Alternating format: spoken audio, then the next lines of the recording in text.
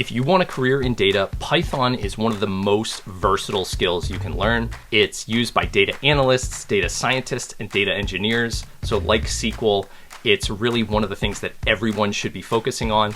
In this video, Chris is going to walk you through some of the basic concepts. So if you've never learned Python before and you want to pick up a lot fast, Chris is the perfect person to be learning from. Let's get into it.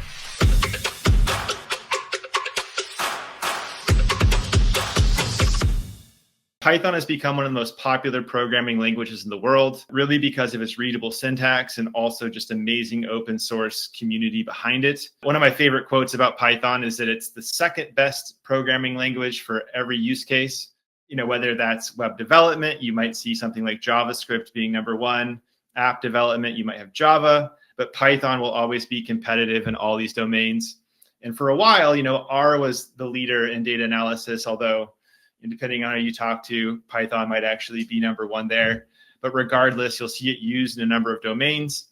Of course, we're really focused on data analysis, but it is a very versatile tool beyond the data scope. And this chart here sort of demonstrates this. This is based on learning intent. So there's a number of ways to rank the popularity of programming languages. This is based off of Google searches for tutorials. So you'll see that there are a lot of people learning that want to learn how to code in Python. And even in the age of AI, that's going to be the case as well. And so why Python for analytics? One is scalability. I mean that in two ways. One is that because it's an open source tool, it's incredibly easy to get access to and roll out across an entire organization versus maybe a enterprise tool where you have to negotiate licenses. You have to convince your manager, who has to convince their manager, who has to convince IT, and a complex rollout.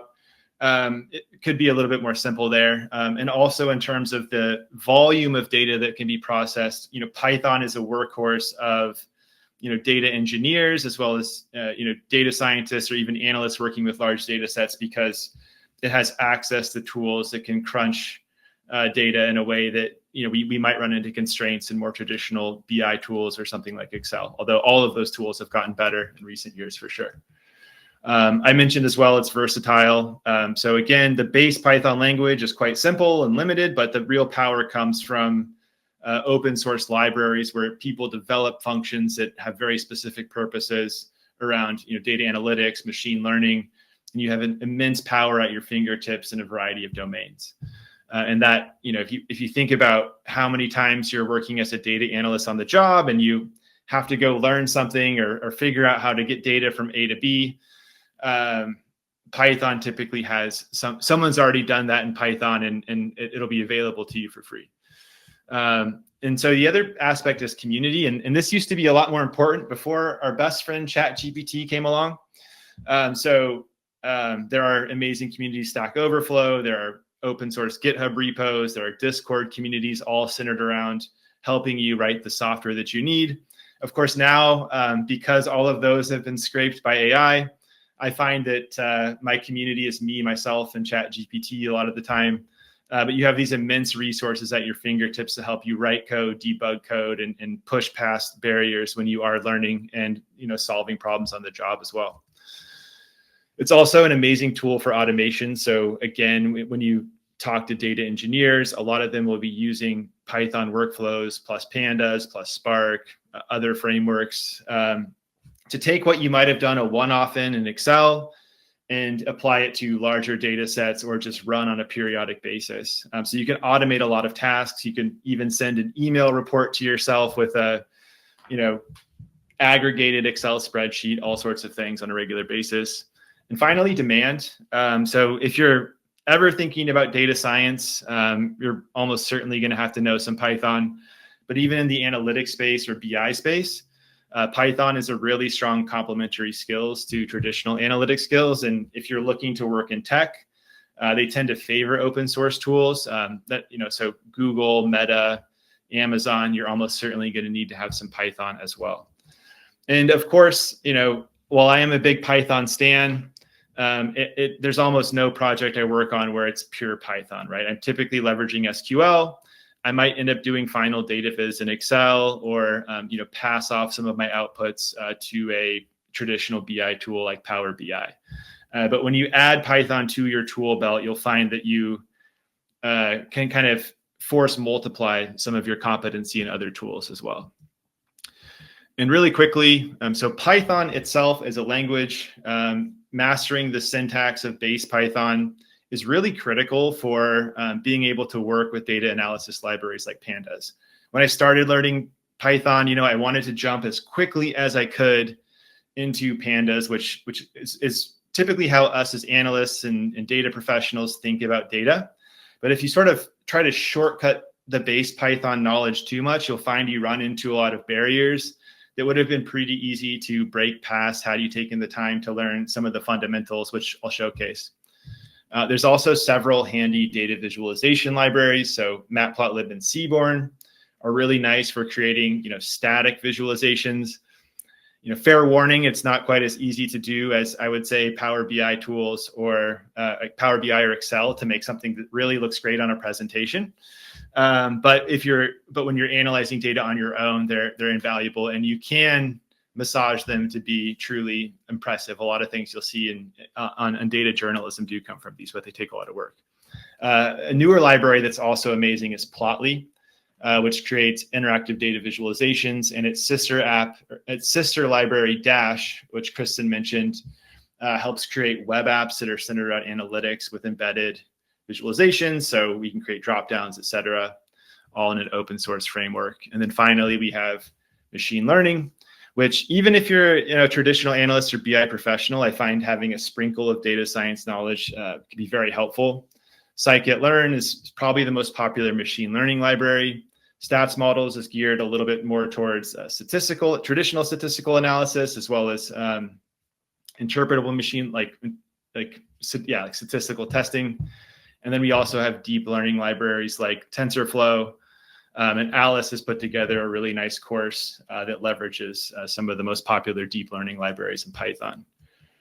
And when it comes to Maven, we have a Python specialist path. This is where I'd recommend starting if you're new, or maybe you've taken a course in the past.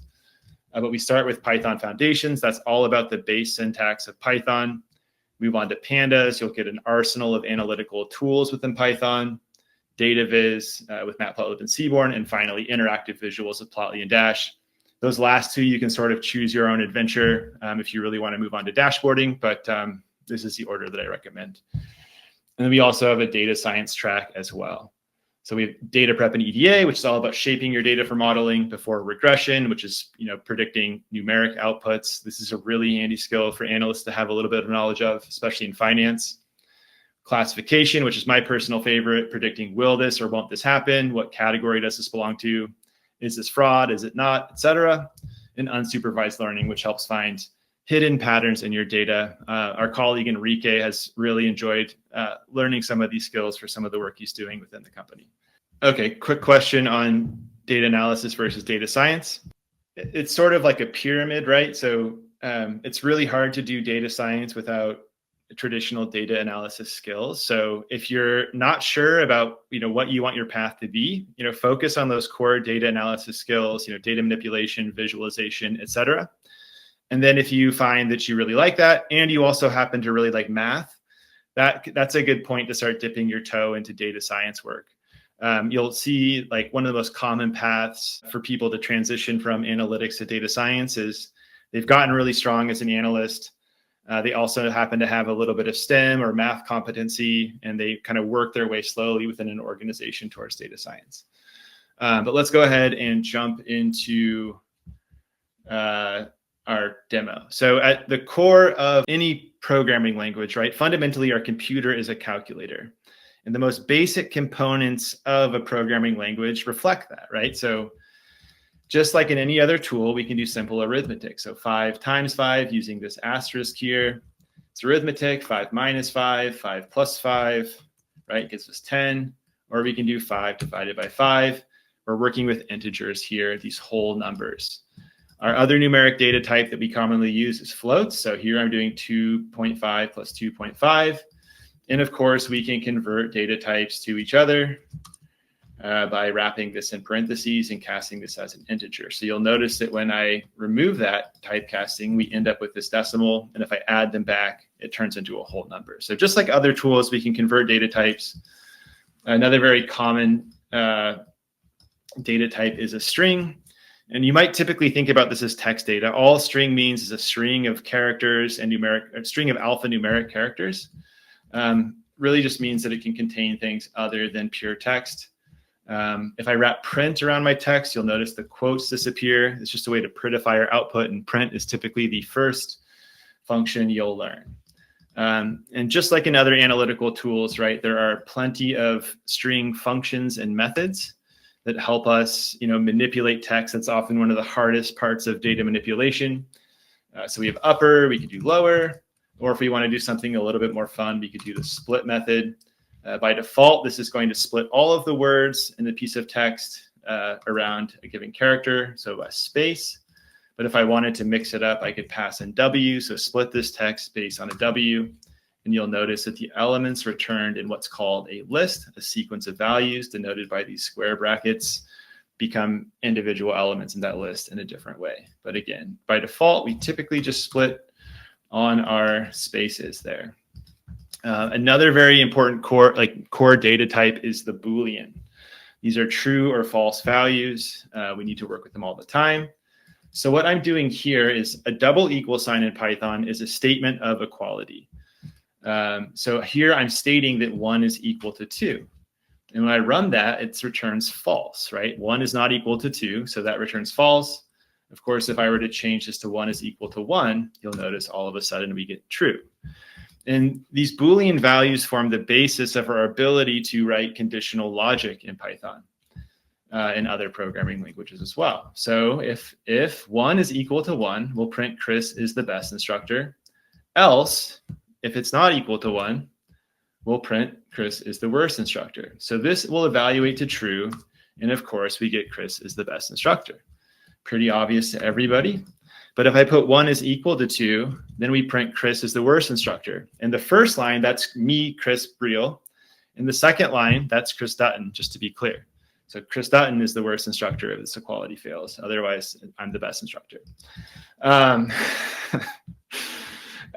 then the other fun thing with Booleans is they also have arithmetic properties.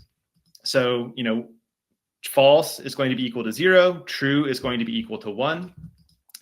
And so if you take a look at this expression, I have 2 plus 2. That's going to resolve to 4. I'm multiplying that by 1 is equal to 0, or like this truth value. That's going to evaluate to false. And so this whole expression is going to return 0. But if I were to change this expression to something that resolves to true, we get 4, 2 plus 2 equals, this expression resolves. You'll also notice that I'm using parentheses here to control the order of operations. That's another skill you'll learn very quickly in the Python Foundations course. But all of these things are going to help you. These basic building blocks are going to be very valuable as you work with other libraries as well. Next very important concept in base Python is our variables, right? So variables are just containers that we name that store values. They can store all variety of data types, whether it's an entire data set or a simple value like 10,000. So here I've stored the value 10,000 in investment value and 0.05 or 5% in our interest rate. So you'll note that I can just create expressions purely using variables. So our interest earned variable is going to be equal to our investment value times our interest rate.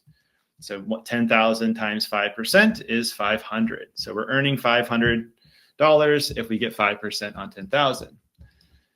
I can then overwrite my variable. So after we've earned that $500 in interest, I'm going to take my original investment value, which is still 10,000, plus the interest earned, which was 500, and assign this sum to overwrite investment value. And that returns 10,500. Our investment value is now 10,500. So variables are really helpful for us, not just for organizing our thoughts and making our code, reproducible by changing a few parameters, but we can also set up things like for loops. So for loops, this is the first pure programming concept that if you're coming from another analytical tool might be new to you. All they are sets of repeated instructions. And for loops specifically just run a finite number of times. They either run, typically, we say run 5 times, or they might be equivalent to the length of something like a data set. So for every row in this data set, add 5 to this column, right? So here, in this case, for a month in range 12, here I'm just saying run 12 times. Our interest earned is going to be equal to our investment value times our interest rate, the same arithmetic we did before. We're then going to print, we earned, so this F string will allow me to include variables and printed output. So we're going to say we earned this much interest in our first month. We're then calculating our new investment value after earning that interest. And then we'll print our investment value. And then after all this runs 12 times, we'll print our final investment value. And so you'll notice that this has run 12 times. So we earned 500 in month 1. Our investment value is 10,500. We have a new investment value, so we earn a little bit more interest, $525. We have a new principal or investment value. And by the end of this 12-month period, this is a very, very healthy interest rate. I wish I could get this. We have, just about $18,000 at the end of month 12. And then here I've just gone ahead and rounded this to 2 decimal places. And so you can see how all of these concepts sort of work together very nicely. And the last piece is defining custom functions. These are going to be reusable blocks of code that you can share with colleagues. And they eliminate the need for you to write or paste code multiple times. And you'll be working with a lot of these if you work with a library like Pandas. But here, I'm just defining an investment calculator that takes an investment value. So our original value is 10,000, interest rate, and a number of time periods. So now, instead of manually specifying these up here, I'm writing code that's generic based on these variable values. So for month and range time periods, this was 12 last time, our interest earned is just equal to our investment value and interest rate that the user inputs. And then we end up with a rounded investment value at the end of those time periods. So if I run my this function, if I define this function and then I call it just using the name that I've specified, pass in the 3 variable values, we end up with the exact same answer that we got earlier. But you'll notice that this is much prettier to look at than pasting that block of code every time. And of course, it's very easy to change the values that we're using. So I could have $20,000. I could run this for 24 months, and then I can retire because I've ran this, ran this 24 times at an amazing interest rate. But once you get to custom functions, that's about when in our curriculum we transition to Pandas, which is a data analysis library. And this will look a lot more familiar to folks who work with traditional tools like Excel. So we have import pandas as PD. We're just importing this entire library of functions. I then specified a data set name. We'll be working with a diamonds prices data set called diamond prices 22 CSV. And then what we're going to do is create a data frame. So this function here, pandas read CSV. I'm just referencing this alias that I created for the library, but the read CSV function is designed to create a data frame out of a file. We're going to store this in the variable diamonds data. And then we're going to look at the first 5 rows of this data set. And so we have a carat column. This is the weight of the diamond. We have the cut quality, how perfect are its facets. The color, is it, perfectly white? Is it dark brown? There's kind of a scale there. Is it clear or is it cloudy? We have scale here. And then we have a few different dimensional variables as well as price. So the price of the diamond. And we'll be sort of doing a little bit of exploratory analysis around what factors might impact price. Let's see. Okay, we're doing good on time. One of the very first functions or methods you'll run on just about any data set is the info method. So here, what this is telling me is that our data set has 53,942 rows, or 3 rows. We have 10 total columns. And then we get information about things like, are there missing values? It's a little counterintuitive here, but this is how many non-missing values there are. So if this 53,943 matches our total number of entries, that means there are no missing values in our data. But if we see these differ, that means there are missing values, and we can start to figure out how to deal with those if we need to. We also get the data types. So floats are going to make up most of our numeric columns except for price, which is an integer. Then we have object here, which is kind of the default setting for text or string columns in our data. And again, we can typically infer this by visually inspecting, but it's often those columns that we think are supposed to be one thing, but end up being another. So diagnosing it here is really helpful as well. And when it comes to getting a very quick read on our data, the describe method is incredibly handy. So by default, this is going to calculate summary statistics for all of our numeric variables. So for example, caret, in terms of diamond size, the average caret weight is 0.79 or about 0.8, just a nice size diamond. Standard deviation of 0.43. The smallest diamond is 0.2 carats. The largest diamond is 5. That's massive. But the median or 50th percentile is 0.7. And so we can really profile our data very quickly using this method. These like minimums and maximums are also very, very handy for quickly spotting any crazy outliers or issues in our data that just don't make sense as well. In terms of price, our cheapest diamond is $326. So, if you're shopping for diamonds, we probably don't want to buy the cheapest one, but that's a personal decision. Our most expensive one is about $18,800 as well. But again, this just helps us quickly understand the summary statistics for each numeric column. And if we do include equals all, and there are a number of ways to do this type of profiling, but this will pull up statistics for our categorical column. So there are 5 unique values for cut, 7 for color, 8 for clarity. The most common cut value is ideal, with 21,000 diamonds being ideal. And so essentially we're getting the most common and the frequency of that most common value. And when we do expand it to look at those categorical variables. It's also very easy to multiply 2 columns together. So here I'm just saying, look at the price column in my diamonds data and multiply that by the price column in my diamonds data.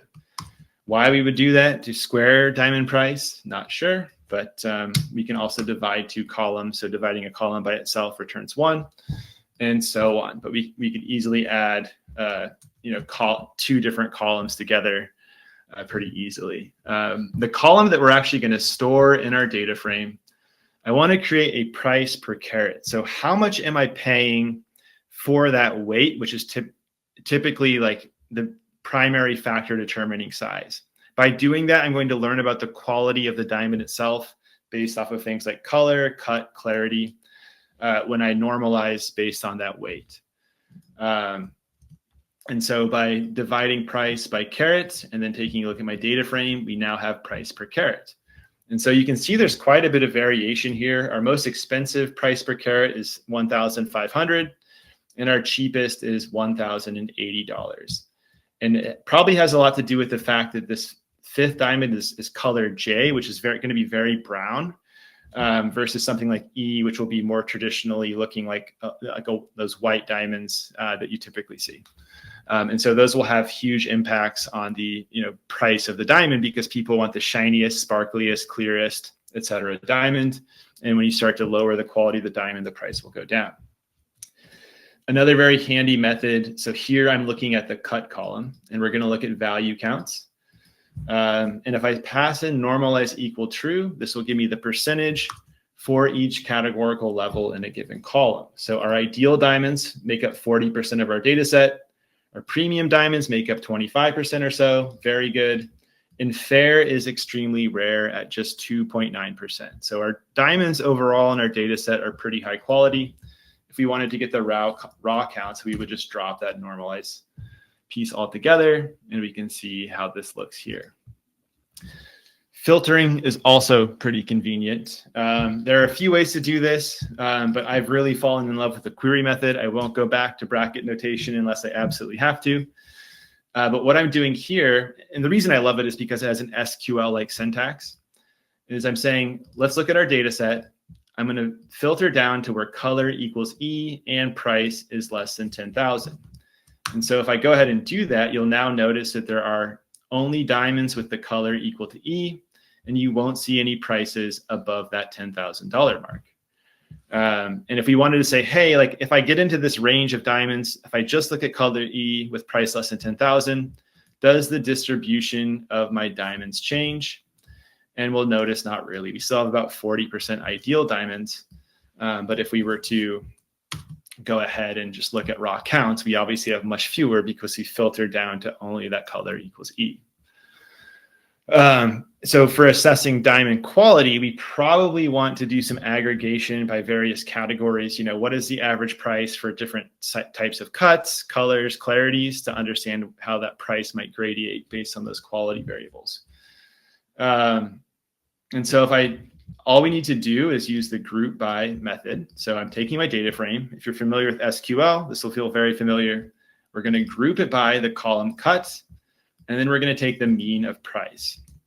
And so when we do that, we can see that fair diamonds surprisingly have one of the highest average values. There's a confounding factor we might discover later. And then premium, which is, I think, the highest quality here, has the highest overall at 3,500. And ideal also have, I think, the lowest price here. And again, what we're going to discover is that the size of the diamonds might differ by these categories. And so that's sort of confounding our analysis here, because typically we would expect fair to have the lowest price. And if we wanted to group by multiple columns, which is very common, right? We just pass in a list of columns, so cut and color. And I can also generate multiple aggregations. So here I'm going to take the mean of price and the median carat weight. And we end up with a pretty long data frame. But again, if we were just to look at fair quality diamonds with color D, we can see that they have an average price of 4,300 with an average carat weight of 0.9, which is a little bit above average. And these types of tables are hard to assess on their own. We might have some visualization tricks to assess, but really just showing that ability to aggregate for now. And then another very fun method is, instead of just, you'll notice that these names are not intuitive. It's very easy to give our aggregated columns names that are much easier to look at. So again, average price by color, median carat weight, etc. Just more descriptive. And for all of you Excel heads out there, addicted to those pivot tables, which are admittedly very, very useful tools, that method, that functionality exists here in Pandas. So we're taking our original diamonds data. We're using the pivot table method. The index, this is going to be equivalent to rows, is equal to our cut column. Our columns are going to be color. The values we'll be working with are our price per carat, and we'll be taking the average. And so we're storing this in a variable called diamonds pivot, since we'll be using it later. And we end up with a pivot table where each cell represents the average price per carat for these cut and color combinations. And so one thing that you'll notice here that is intuitive is that as we move from left to right within our fair diamonds, our average price per carat gets lower, and that mirrors our intuition. D is the highest quality of color we have in our data set, and J is the lowest quality. And so once we start controlling for multiple variables, we can see these expected patterns. And again, we'll start to see these play out in others as well. And then finally, just really quickly, filtering columns. Right here, I'm just selecting columns D and J, so I can do a real nice side-by-side comparison. And then I'm sorting my data frame by column D, this color, in descending order. So if I do true, that will be lowest to highest, but I'm doing false, so that's lowest to highest. We'll end up with a sorted data frame. And then there is some data visualization built into Pandas that is related to Matplotlib. So here I'm saying plot this using a bar chart. And this will allow me to compare within each level of cut, what's the average price per diamond. And so this is our best versus our worst. And across the spectrum, almost uniformly, we see that color D has a higher average price than J, with the exception of our premium diamonds. But otherwise, we're seeing this relationship that says, color D commands a premium over color J. But let's go ahead and move on to a little bit more data viz. Let's really dive in here. We're going to be importing the Seaborn library, which is built to work with Pandas. And we're going to build a heat map of our diamonds pivot table. I've also gone ahead and rounded all of the values in that pivot table. So just calling the round method will round all of the numeric values in your data frame. Going to use a red, yellow, green color map, which I know I should probably pick a different one. We're going to add annotations, and we're just going to make sure that we're not using scientific notation. But this is where we really start to see the patterns that we expect. So you'll notice that our cheapest diamonds on a per carat basis are going to be fair, which is our worst quality of cut, and J, which is our lowest quality of color. And typically, as we move from this bottom left corner, which are our highest quality of diamonds, to this upper right, which are our lowest quality of diamonds, we see our colors and our prices shift from high to low. It's sort of matching our intuition there. And again, it's really hard for me to look at a pivot table without some sort of coloration there. If we want to build a box plot, maybe we want to understand the distribution of carat weight, we can just simply use the box plot function. We pass in our data and specify what we want in X. Of course, we could also flip this to Y if we want it to be vertical for whatever reason. But again, we see those same values we saw back in Describe. Our 50th percentile diamond is about 0.7 carats. Our 75th percentile diamond is just over 1. And then we start to have outliers beyond 2 carats. And if I wanted to break this out into 2 categories, so maybe I want to do Y is equal to color, we can see if the average size, actually let's do cut here, average size of diamonds differs. And so one of the things we noticed very early on was that our fair quality of diamonds had a much higher price than expected when compared to other cuts. And one of the reasons why is because they have a median weight of almost 1 carat, whereas our ideal diamonds are below 0.5 for that median. So overall, these diamonds that are lower quality are much larger. And that's what's confounding the price, right? We have to decide when we're shopping for a diamond. I hope I only have to do it once. I've only done it once. Variety of factors that will make whoever is receiving the diamond as happy as possible within certain budget constraints. Another way that we could visualize this is using a KDE curve. So here we're just going to look at the distribution of carat weight. And, if these diamonds were existing in the wild, you would probably expect a very smooth curve, but you'll notice that there are these spikes. And again, if you've ever shopped for a diamond, there's a psychological element. Like, I'm not going to buy a 0.99 carat diamond. I'm going to buy a 1 carat diamond. And so when people are cutting diamonds, they're typically coming from larger stones. They're very careful to get over these psychological hurdles. So you see these spikes in diamond weight. And then if we were to break this out by cut once again, you'll actually see those fair diamonds cresting at a much higher point, whereas our ideal diamonds have their center of quote unquote gravity, again, at that like 0.2 to 0.3 level. And we can, again, I'm going to start moving quickly because I'm running out of time, but we can create a scatter plot. X is carat weight, Y is price. You'll notice an exponential relationship. And we can, of course, add a hue. We can color these dots to see if different patterns emerge. One of my favorite functions for doing this is LMplot. So we're going to build basic linear regressions for each of the category combinations in our data. And one of the things that you'll notice occurs is that I1 is our worst quality of clarity. And so it has the lowest slope. So as the weight goes up, it has the lowest per carat price increase, whereas our IF, which are internally flawless, those are extremely rare, have a very steep price increase as they get more rare, to the tune that a 2 carat internally flawless diamond is more expensive than a 5 carat plus severely occluded diamond, basically. And then I'll just go ahead and, I guess really quick, this is a data scientist special, but if we wanted to build a series of scatter plots very quickly to understand the relationships between all of our variables, the pair plot method will take all the numeric variables in our data and create a matrix of scatter plots that allow us to look at the relationships between all of our variables, with the diagonal being some form of density or probability curve. Or we can specify what we want there. Really quick look at Plotly here. So I've just put together a simple scatter chart, but you'll notice that by default, this is interactive. Plotly is arguably is a very nice and becoming a very popular alternative to something like Seaborn. This is just a simple Dash app that I put together. This is hosted on the web.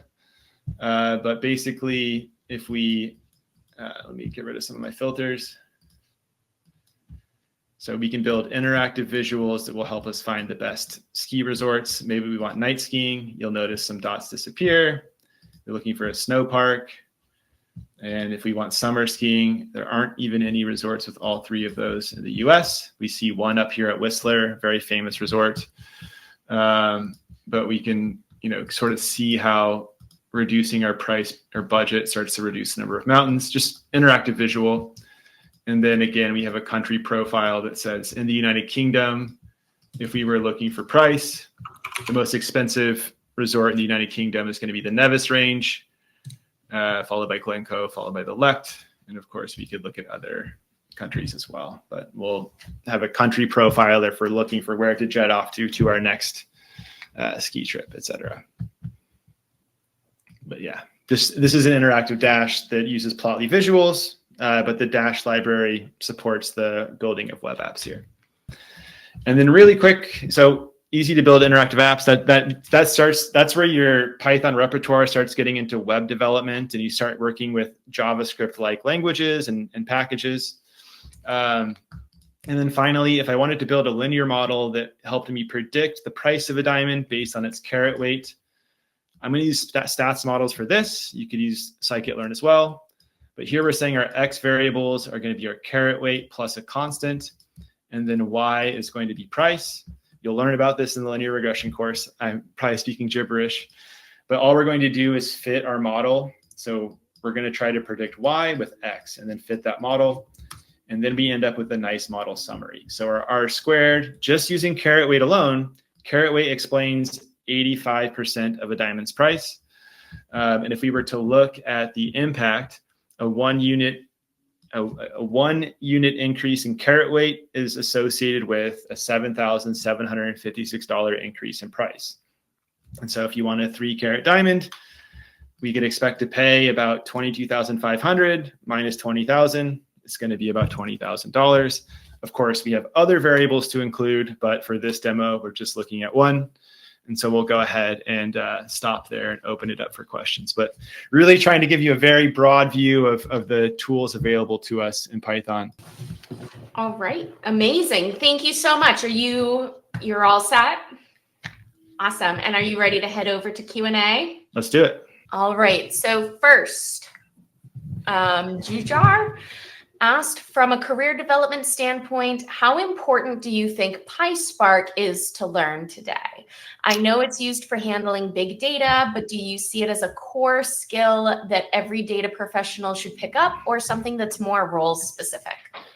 Yeah, I would say it's never a bad thing to have, but it's definitely role specific in the sense that if you're thinking about data engineering, it's an absolute must. If you are more of a product analyst that uses Python, you can probably avoid it. And if you're a data scientist, you probably will have to pick it up on the job at some point because when you run into large data.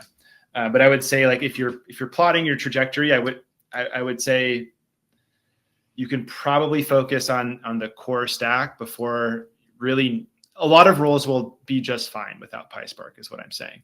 Mm-hmm. But anything where you're running into large volumes of data, it starts to become more critical. And the more, whether that's analytics engineering or data engineering that your role entails, the more likely it is that you might need to leverage PySpark on the job. But I wouldn't say every data professional needs it, especially at the start. It is fairly easy to pick up because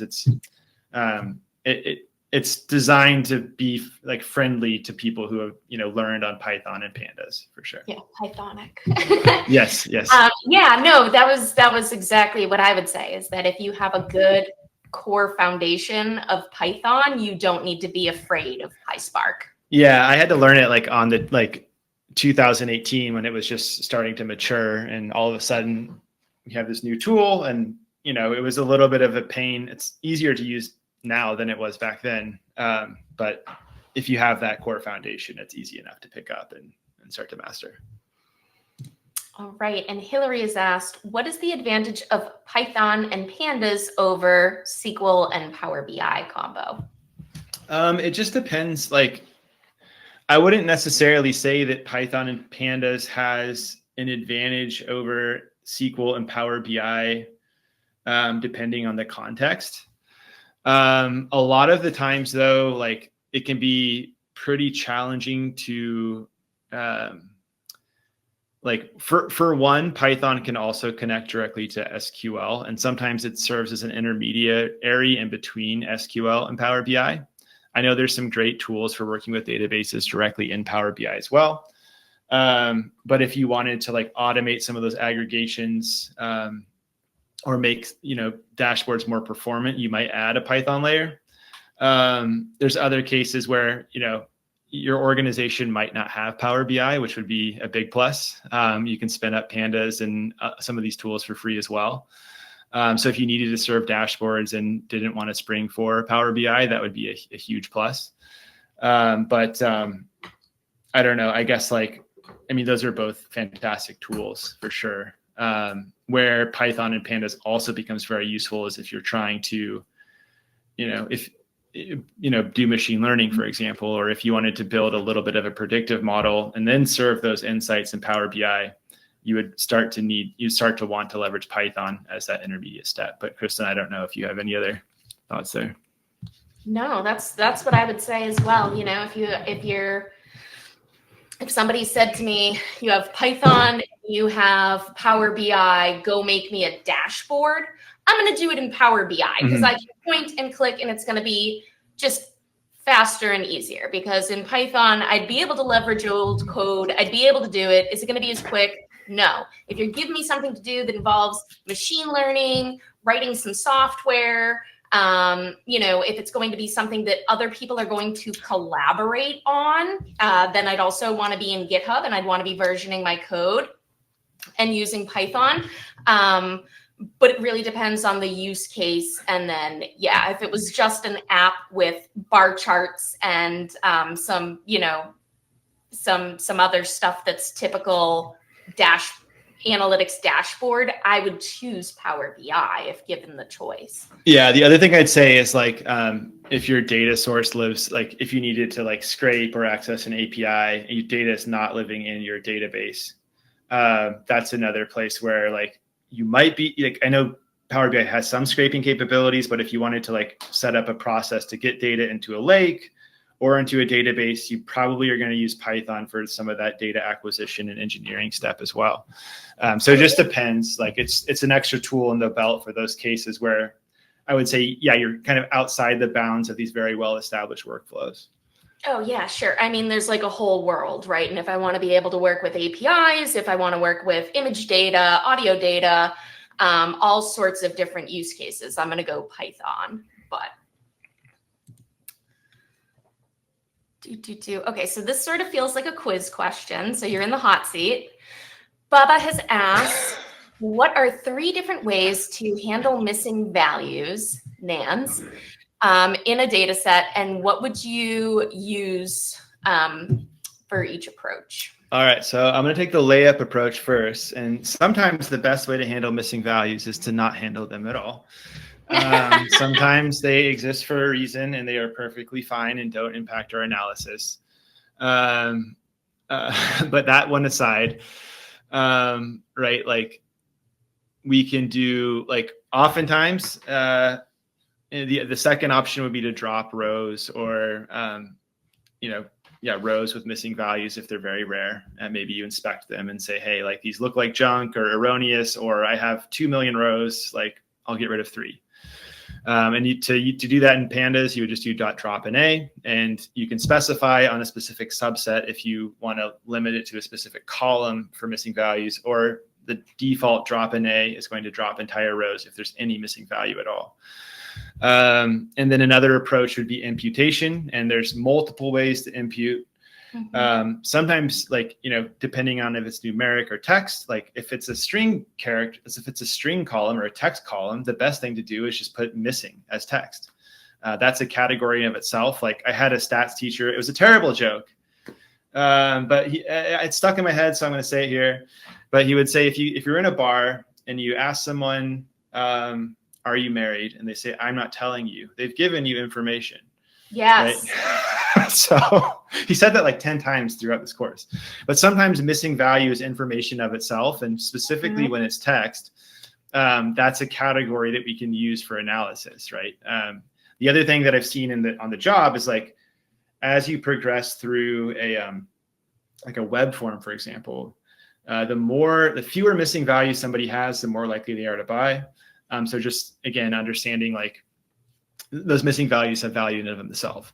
But we could do zero imputation. We could do mean imputation, depending, like if I'm doing a modeling project, typically mean imputation, where we just do .fill in A, and then we can pass in the mean of the column, is often a reasonable approach. If you want to get really crazy, you can also use like basically multiple imputation, which uses other values to predict the missing value, but that's almost always too computationally expensive to even consider. But yeah, those are a handful that come to top of mind. But Yep. And so when Chris is talking about imputing, he's talking about choosing values to stick in and say, I don't know the value, but I'm going to give it this value. And it could be like the mean of things that are similar, or a number of different ways. Like he said, one of the most important things that I want to call out though is, and this is where Chris started, was let's say you have nans and it's for a specific column, and in that column you look at the distribution and 30% of them are nans, right? And let's say you do further analysis and you find that there's bias in one direction or another. Those 30%, they skew really heavily towards one type of demographic or one type of other thing. You cannot get rid of those, right? I feel like it's Yes. you know, like a junior mistake that a lot of people do is they say, oh, I've got this missing data, I'm just going to drop it, right? And there are scenarios where you drop the data, like Chris said, but you have to look and make sure that there is not bias, that, like he said, there's information there. Like you could be skewing your data set by dropping things without taking a good look into it first. Yeah, like the customer survey example, like, will you buy our product? And then everyone that says yes, or everyone that's going to buy fills in yes, and then nobody that's not going to buy fills in that field. You drop all the missing people and you're very excited about your survey. Something like that, yeah. Yep. Bob has asked, with data.info, if you had conflicting data types in your columns, like integers, probably in a single column, like integers and strings, what function would you use to see that? Or is that a custom loop? Yeah, so up until very recently, and I think this has changed like this year, like Pandas would not allow conflicting data types. So for example, if you had text and numbers in a given column, it would just cast all of that as a string, for example. That has changed with the move to PyArrow, but I'm not sure I know what function I would use, but you could certainly use a custom function using apply to sort of create your own logic. Ultimately, that's an interesting question because it depends on why there are mixed data types in that column. So you'd have to think through it. You could brute force it all to say, like, if there's text in there, right, like just cast it as a number, make the text nan, call it a day, or 0. But if there's some logical reason that requires you looking at potentially other columns, then you would spin up a custom function that leverages the logic that you understand as to why those are mixed. But really I don't know if there's a specific function other than like brute force typecasting. But it really starts with understanding why that column is mixed types.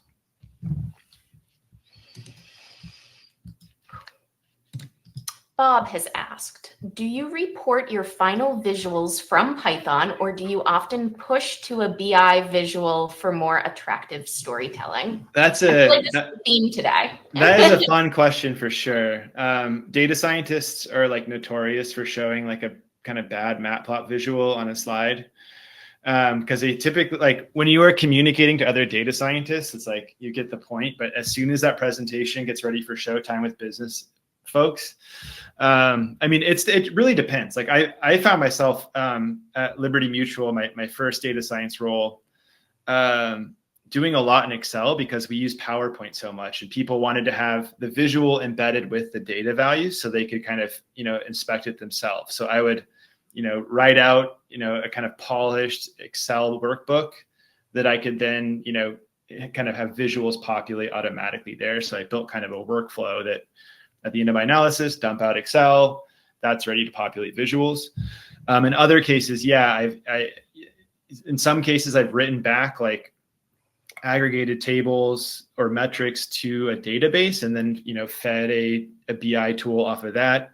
But there's so many different requirements. But if it's just like, hey, I was like talking to my manager on a daily basis, I might even just pull up my laptop and show up my notebook and be like, here's the visual that I'm looking at. But generally for like, I don't know, like it really depends on who my audience is, I suppose.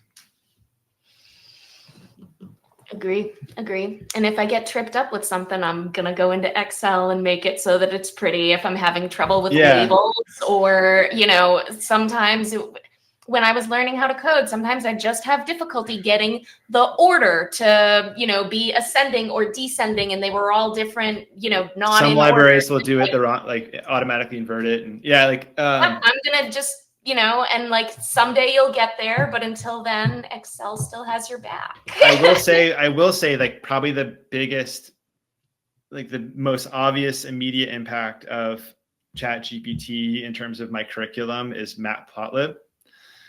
Because now it's such a pain to customize a chart fully like programmatically compared to a tool like Excel visually. But now you can kind of vibe code a really beautiful Matplot visual in a way that would have been taking you hours and hours to do painstakingly. And now you can get much closer and then just kind of tweak a couple final parameters. So that is like very, like I'd almost not suggest like ever custom coding, like a really fine-tuned Matplotlib. Understand the parameters, but like let AI do the heavy lifting in terms of writing them out for you. Yeah, it's perfect for little chunks. You need a, yeah. Cynthia has asked, what's the best trick to understand loops? It is not sticking.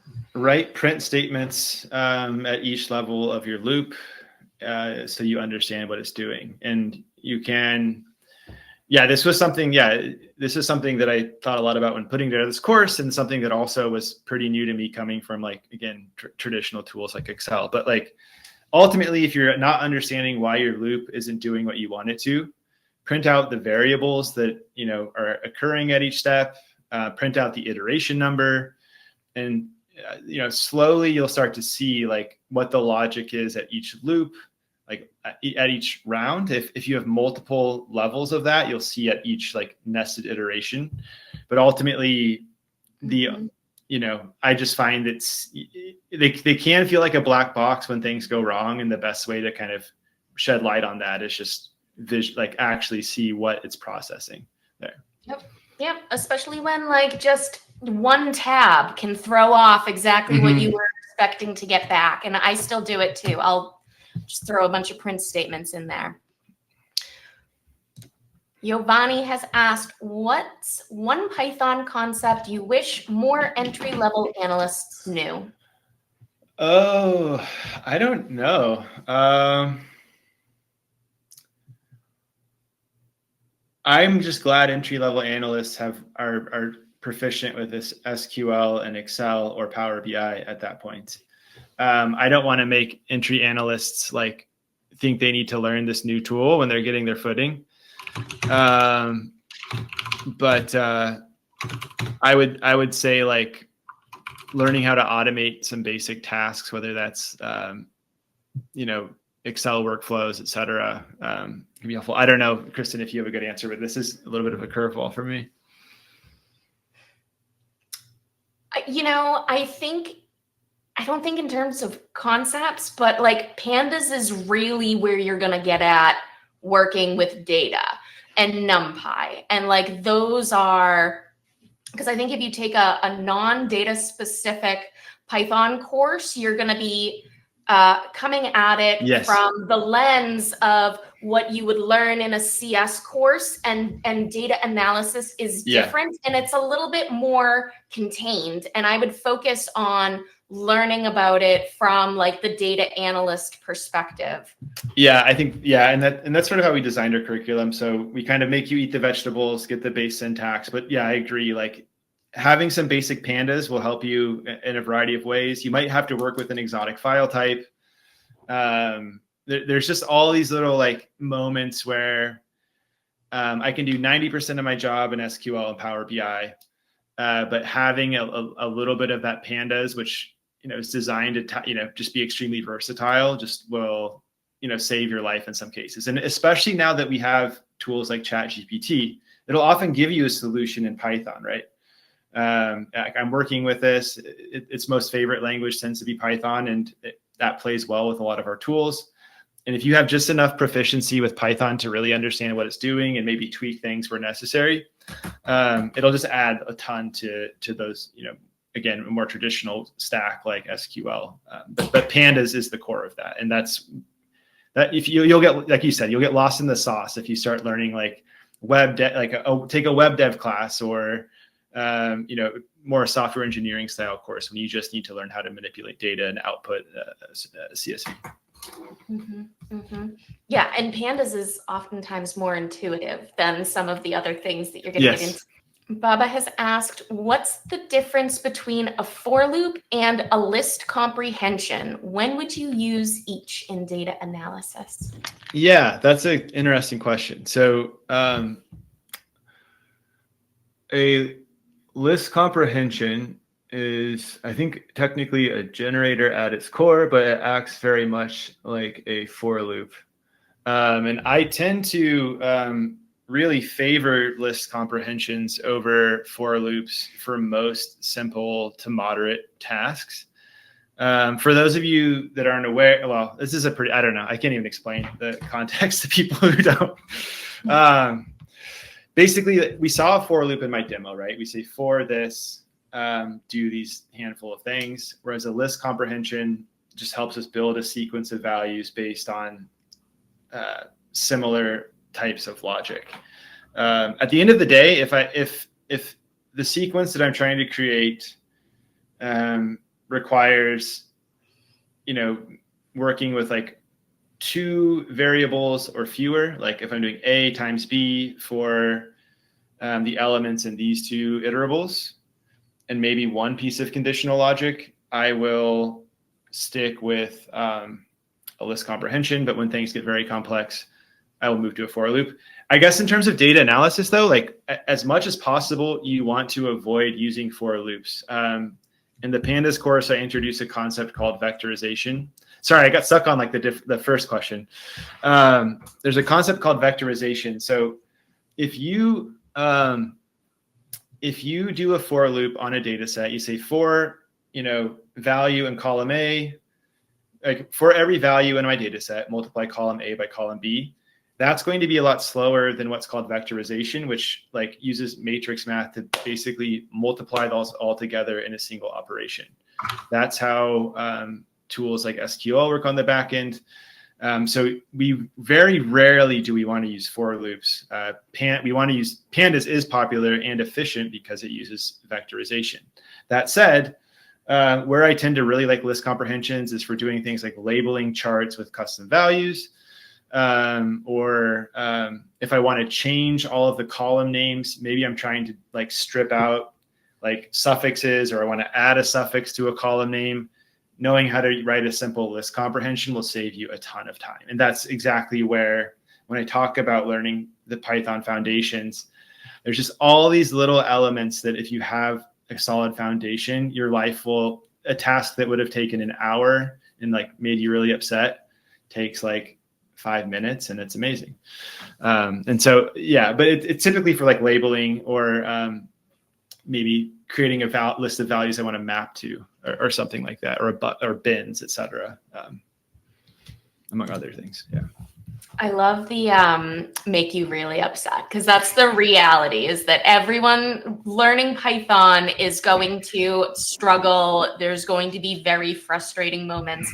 And then you come through the other side, and that isn't as horrible the second time, hopefully. But like we've all been there. Yeah. Ben has asked, and we'll make this the last question. Any advice on how to decide between pursuing data analysis versus data science? Is data analysis first, then transitioning to data science a good bet?